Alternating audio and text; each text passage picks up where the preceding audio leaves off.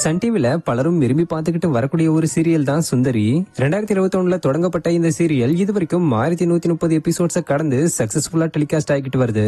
So audience மத்தியில நல்ல வரவேற்பை பெற்றுக்கிட்டு வரக்கூடிய இந்த சீரியல் முடிய போறதா சொல்லி கொஞ்ச நாளைக்கு முன்னாடி சோசியல் மீடியால சில தகவல்கள் பரவிக்கிட்டு வந்தது.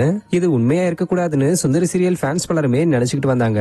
பட் அந்த தகவலை உண்மையாக்குற வகையில சுந்தரி சீரியலோட கிளைமேக்ஸ் எபிசோட் ஷூட்டே ரீசெண்டா நடந்து முடிஞ்சிருச்சு.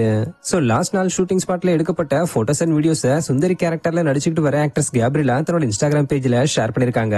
ஆக்சுவலா லாஸ்ட் நாள் ஷூட்டிங் ஸ்பாட்ல சீரியல் டீம்ல உள்ள எல்லாருமே பிரிவை தாங்க முடியாம கண் கலங்கி அழுதுருக்கிறத பார்க்க முடியுது. மேலும் இந்த போட்டோஸ் அண்ட் வீடியோஸை ஷேர் பண்ணி ஆக்ட்ரஸ் கேப்ரியலா என்ன சொல்லிருக்காங்கன்னா, கடைசி நாள், கடைசி ஷூட், கடைசி எமோஷன்ஸ். சுந்தரி, நீ கண்டிப்பா மிஸ் பண்ணுவ.